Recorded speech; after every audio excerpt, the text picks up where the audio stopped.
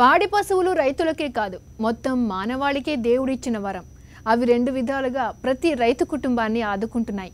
ఒకటి పాల ద్వారా క్రమం తప్పకుండా ఆదాయాలు ఇవ్వడం, రెండు పాడి పశువుల పేడ మూత్రం ద్వారా వచ్చే సేంద్రియ ఎరువులు భూసారాన్ని పెంచుతూ పంటలకు అవసరమయ్యే పోషకాలు అందడానికి దోహదం చేస్తున్నాయి. ఒక విధంగా చెప్పాలంటే ప్రపంచ ఆహార భద్రత క్షేమంగా ఉండాలంటే పాడి పశువులది కూడా కీలక పాత్రే. మరి అలాంటి పాడి పశువుల పెంపకం విషయంలో కొంతమంది తెలుసో తెలియకో నిర్లక్ష్యంగా వ్యవహరిస్తున్నారు. పాలు పొదుగులో ఉండగానే పాడయ్యేలాగా చేస్తున్నారు. ఈ దుష్పరిణామంపై సాక్షి స్పెషల్ స్టోరీ.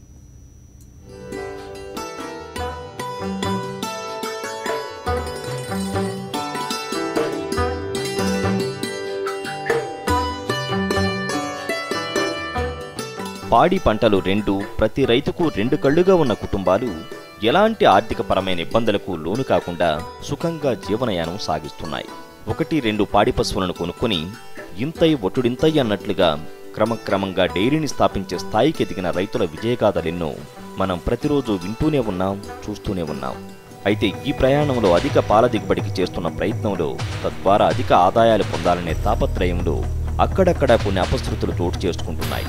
ఈ విపరీత పరిణామాలు ఈ మధ్యనే పాడి పరిశ్రమకు పెట్టింది పేరైన ప్రకాశం జిల్లాలో వెలుగు చూశాయి. చాలా పరిమితంగా దాణాలో వాడాల్సిన మొలాసిస్ను అడ్డదిడ్డంగా వాడుతున్నారు. పచ్చిగడ్డి ఎండుగడ్డి వేసిన వల్ల మేతలు పెట్టడం వల్ల 4 లీటర్లు 5 ఇచ్చేది ముందు. ఇప్పుడు ఇది లిక్విడ్ వాడటం వల్ల 7 లీటర్లు 6 లీటర్లు అధికంగా ఇస్తున్నాయి పాలు. కానీ మా కస్టమర్లుగా మాకు మంచి ఉపయోగంగా ఉంది కాబట్టి మేము ఇది వాడుకుంటూ ఉన్నాం. దీనివల్ల ఏంటంటే పాల ఉత్పత్తి 4 లీటర్లు ఇచ్చి 6 లీటర్లు 7 లీటర్లు ఇస్తూ ఉంటాయి.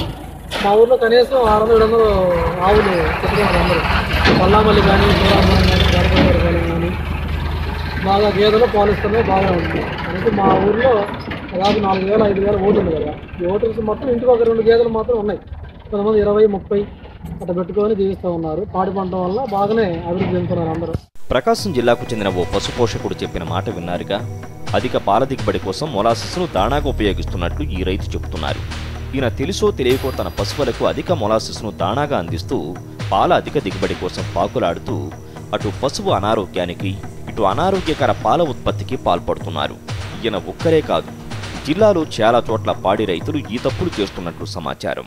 కల్తీ లేదా మొలాసిస్ ఎక్కువగా తీసుకొని వాటి ద్వారా పాల ఉత్పత్తిని పెంచే విధానము, కొద్ది రోజులు బాగానే పాలు ఎక్కువగానే రావచ్చు, కానీ లాంగ్ స్టాండింగ్లో పాలు చాలా తక్కువ, పాలు ప్రొడక్షన్ తగ్గటమే జరుగుతుంది.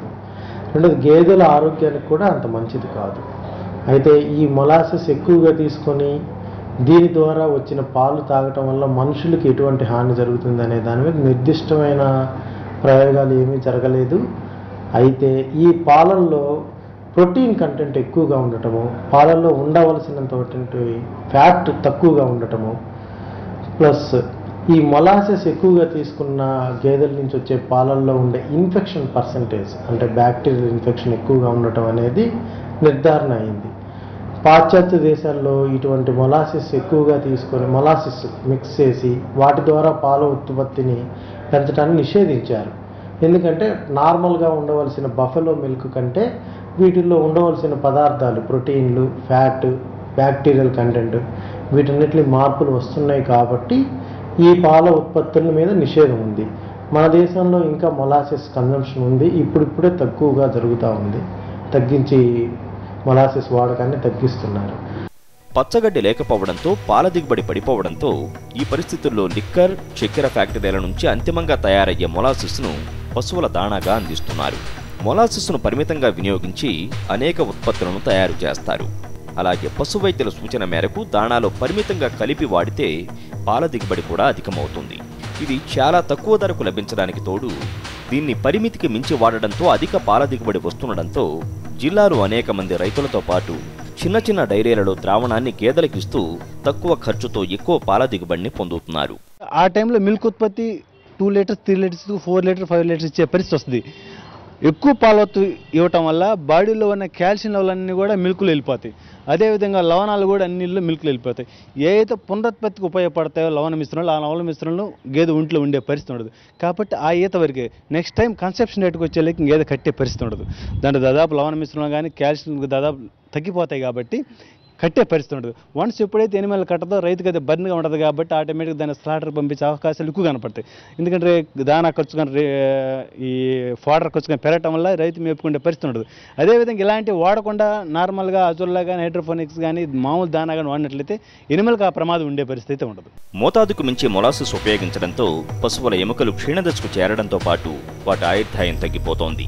మొలాసిస్ పశువులపై తీవ్ర ప్రభావాన్ని చూపుతుందని, కార్బైడ్ ఉపయోగించి మాగబెట్టిన పండ్లు తింటే మనిషికి ఎంత ప్రమాదమో, మోతాదుకు మించి మొలాసిస్ను దాణాలో ఉపయోగిస్తే పశువుల ఆరోగ్యానికి అంతే ప్రమాదమని వైద్యులు చెబుతున్నారు. వాటి పాల వినియోగం వల్ల మనుషులకు కూడా అనేక రోగాలు వచ్చే అవకాశం ఉందని చెబుతున్నారు. ఈ విపరీత పరిణామంపైన రైతులకు అవగాహన కల్పిస్తున్నామని జిల్లా పశుసంవర్ధక శాఖ జాయింట్ డైరెక్టర్ రజనీ కుమారి అన్నారు. ఈ మొలాసెస్ ఎక్కువ రోజులు ఉండి కుళ్ళపోయింది ఇలాంటిది వాడకూడదండి యాక్చువల్గా డైరీ ఫార్మ్స్లో. కాకపోతే ఫ్రెష్ మొలాసెస్ ఏదో స్మాల్ క్వాంటిటీస్లో 1% అలా యూజ్ చేసుకోవచ్చు, 1 to 2% బిలో. ఇలాంటి మొలాసెస్ వాడినప్పుడు ఏంటంటే ఈ హెల్త్ పాయింట్ ఆఫ్ వ్యూలో కూడా యానిమల్స్కి మంచిది కాదు. ఈ పాలిచ్చే పశువులలో కూడా ఈ పాలలో కొద్దిగా స్మెల్ రావడము, అలాగే ఈ పాలు తాగే మనుషులకు కూడా చిన్న పిల్లలకు వీళ్ళకి హెల్త్ ప్రాబ్లమ్స్ కూడా వచ్చే అవకాశం ఉంది. అలాగే ఈ హార్మోనల్ ఇంబ్యాలెన్స్ కూడా రావడానికి అవకాశం ఉంది. కాబట్టి ఇది వాడడం మంచిది కాదు. కొద్దిమంది ఫార్మర్స్ ఏంటంటే మిల్క్ ఇవ్వట్లేదనే ఉద్దేశంతో ఈ ఆక్సిటోసిన్ ఇంజెక్షన్ వేస్తే ఇమీడియట్గా మిల్క్ వస్తుందనేసి ఒక అపోహతో వేస్తున్నారు. ఇది కూడా పశువు యొక్క శరీరానికి మంచిది కాదు. దానివల్ల పాలు తాగే మనుషులకు కూడా మంచిది కాదన్నమాట. అందువల్ల అందరికీ అవేర్నెస్ అయితే క్రియేట్ చేస్తున్నాము, ఇలా వాడడం మంచిది కాదనేసి. కాబట్టి రైతులు ఇలాంటివి యూజ్ చేయకుండా ఉండడం మంచిది. హార్మోనల్ ఇంబ్యాలెన్స్ రావడము, తర్వాత అవి ఈదకు రావడము, ఇలాంటివి కూడా కొంచెం లేట్ అవ్వడము, ఇట్లా ఫస్ట్లో బెనిఫిట్స్ ఉంటాయి. ఎక్కువ ఫీడ్ చేయడం వల్ల ప్రాబ్లమ్స్ ఎక్కువ. పాలు పాలు తాగడం కూడా మంచిది కాదు. లీటర్కు 3 రూపాయల చొప్పున లభిస్తున్న మొలాసిస్ వ్యర్థాన్ని ఒక్కో పశువుకు 10 లీటర్ల చొప్పున ఇవ్వడం వలన రోజుకు 30 రూపాయల పైచిలుకు ఖర్చుతో 14 నుంచి 16 లీటర్ల వరకు పాల ఉత్పత్తి జరుగుతోంది. ఇది భరించలేని వాసన వస్తోందని, పశువులకు ఈ వ్యర్థాన్ని దాణాగా ఇవ్వడం వలన వాటి నుంచి వచ్చే పాలు కూడా కల్తీగా మారి పెరుగు, వెన్న, నెయ్యి వాసన వస్తున్నాయని వినియోగదారులు ఆవేదన చెందుతున్నారు. డిస్టిలరీస్ నుంచి వచ్చేటటువంటి పెద్ద పదార్థాలని కొన్ని డైరీలో వాడుతూ ఉన్నారు. అదేవిధంగా దీన్ని పశువుల దానాగా కూడా వినియోగిస్తూ ఉన్నారు. దానివల్ల పశువులు అధిక పాలను ఇస్తున్నాయనేటటువంటి నెపంతో, అదేవిధంగా తక్కువ ధరకి వస్తుందనేటటువంటి నెపంతో అది పాలిచ్చేటటువంటి గేదెలకి ముఖ్యంగా అది దానాగా ఇస్తూ ఉన్నారు. దానివల్ల పాల దిగుబడి కూడా ఎక్కువ వస్తుందని చెప్పి పాల ఉత్పత్తిదారులు మొత్తం కూడా దాన్ని ఇవ్వడం ద్వారా పశువులకి రకరకాలైనటువంటి ఇబ్బందులు పశువులు ఎదుర్కొంటున్నాయి. సరే, దీన్ని పశువులకి దానాకి ఇవ్వచ్చా లేదా ఏంటనేటటువంటి విషయంలో మరి పశువర్ధక శాఖ వెంటనే రంగంలోకి దిగి ఇది పశువుల దానాకి పనికొస్తుందా లేదా అనేటటువంటి విషయాన్ని వెంటనే స్పందించి మరి తగు సూచనలు మరి ఇవ్వాల్సినటువంటి అవసరం ఉంది. అధిక మోతాదులో మొలాసిస్ను దాణాలో వినియోగించడం వలన జిల్లాలో పాడి పరిశ్రమకు ఇబ్బందులు వచ్చే పరిస్థితి నెలకొంది. దీనిపైన పశుసంవర్ధక శాఖ అధికారులు విస్తృతంగా అవగాహన కల్పించి పశు పోషకులకు అవసరమైన గడ్డినందించాలని రైతు సంఘం నేతలు కోరుతున్నారు. సహజ పద్ధతుల్లో పాల దిగుబడిని పెంచే మార్గాలపైన ప్రచారం కల్పించాలని సూచిస్తున్నారు. ప్రకాశం జిల్లా పాడి పరిశ్రమకి చాలా ప్రఖ్యాతి వహించింది. ఏ పాలల్లోనైనా మన జిల్లా పాలు కలుపుకోవడం ద్వారా వాటికి విలువ పెరుగుతుంది అని చెప్పి వ్యాపార లాబీల్లో కూడా ఉన్నటువంటి పరిస్థితి. కానీ రాను రాను మన జిల్లా పాడి పరిశ్రమ ఇబ్బందుల్లో పడే పరిస్థితులు నెలకొంటున్నాయి. కొత్తగా ప్రత్యేకించి పశ్చిమ ప్రాంతంలో ఈరోజు కొన్ని డైరీల వాళ్ళు తమ పశువుల కోసం వాడుతున్న మేత గనక పరిశీలించే పని అయితే రాబోయే ప్రమాదం మనకి తెలుస్తోంది.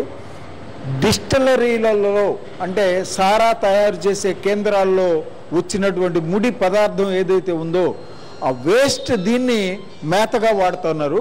అలా మేతగా వాడటం వల్ల తాత్కాలికంగా పశువులు ఎక్కువ పాలిస్తూ ఉన్నాయి, మత్తులో కూడా జారుతున్న ఇది చెప్తా ఉన్నారు. కానీ దీర్ఘకాలంలో పశువులు ఆరోగ్యం దెబ్బతింటుంది, వాటి ఆయుష్ తగ్గిపోతుంది, చాలా ప్రమాదకరమైన పరిస్థితులు ఏర్పడే ఇది కనిపిస్తూ ఉంది.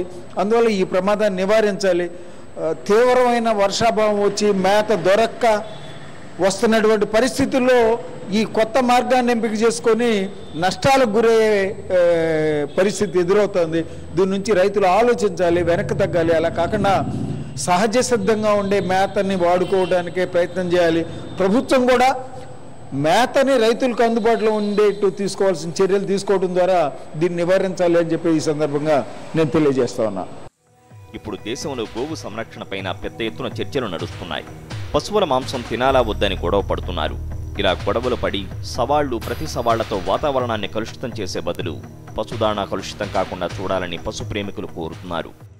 ఈరోజు ప్రభుత్వాలు గోమాంస నిషేధం అట్లానే గొడ్డు మాంస నిషేధం అనేటటువంటి చర్యలకి పాల్పడతా ఉంది.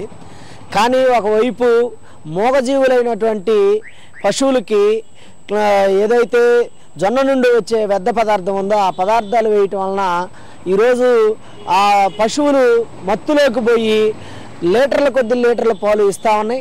ఈ పాల కోసం ఈ యొక్క పశువుల్ని బలి చేసేటటువంటి చర్యలు ఈరోజు జరుగుతూ ఉన్నాయి. వీటి మీద ప్రభుత్వం స్పందించడం లేదు, అధికారులు స్పందించినటువంటి పరిస్థితి కనపడతా ఉంది. గొడ్డు మాంసం తినకూడదు, గోమాంసం తినకూడదు అని దాడులు చేసే వీళ్ళు ఏవైతే మూగజీవులు ఉన్నాయో ఈ వ్యర్థ పదార్థం తిని చనిపోతున్నటువంటి వాళ్ళ వ్యాలిడిటీ పడిపోతున్నటువంటి పశువుల్ని కాపాడాల్సిన బాధ్యత మొదటగా ఈ ప్రభుత్వాల మీద ఉందని నేను తెలియజేస్తా ఉన్నాను. దీని పట్ల అవగాహన కానీ ప్రజల్లో అవగాహన చైతన్యం కలిగించాల్సిన బాధ్యత అధికారుల మీద ఉంది, అధికారులకు కల్పించాల్సిన బాధ్యత ప్రభుత్వం మీద ఉందని మేము ఈ సందర్భంగా తెలియజేస్తా ఉన్నాం. ప్రకాశం జిల్లాలో వ్యవసాయ రంగం తరువాత ఎక్కువ మంది ఆధారపడి జీవిస్తున్నది పాడి పరిశ్రమపైనే. జిల్లాలో సుమారు 10 లక్షల గేదెలు, 80,000 వరకు ఆవులు ఉన్నట్లు పశుసంవర్ధక శాఖ గణాంకాల ద్వారా తెలుస్తోంది. వ్యవసాయ కుటుంబాలతో పాటు మరికొంతమంది గేదెలను పోషిస్తూ పాలనమ్ముకొని జీవనం సాగిస్తున్నారు. రైతు సోదరులు ఈ మధ్యకాలంలో దాణా రేట్లు అయితేమి లేకుంటే గిడ్డి రేట్లు అయితేమి రేట్లు ఎక్కువగా పెరగటం వల్ల రైతులు ఆల్టర్నేట్ సోర్స్గా ఈ ద్రావకాలు వాడుతున్నారు. మేము చెప్పేది రైతు సోదరుల సలహా ఏంటంటే ఆల్టర్నేట్ సోర్స్ ఈ ద్రావకాలు కాకుండా హైడ్రోఫోనిక్స్ ద్వారా కానీ అదేవిధంగా అజుల్లా పెంపకం ద్వారా కానీ వాటిలో న్యూట్రిటి వాల్యూ కానీ అదేవిధంగా ప్రోటీన్ వాల్యూ కానీ ఎక్కువ ఉంటాయి కాబట్టి అవి ఉత్పత్తి కూడా తక్కువ ఖర్చు అవుతుంది కాబట్టి అలాంటివి వాడుకున్నట్లయితే ఎనిమల్కి ఎటువంటి ప్రమాదం లేకుండా ఉండే ఆస్కారం ఎక్కువగా ఉంటుంది. పచ్చగడ్డితో పాటు ఎండు వరిగడ్డిని అధికంగా పశువులకు మేతగా ఇవ్వడం తెలిసిందే.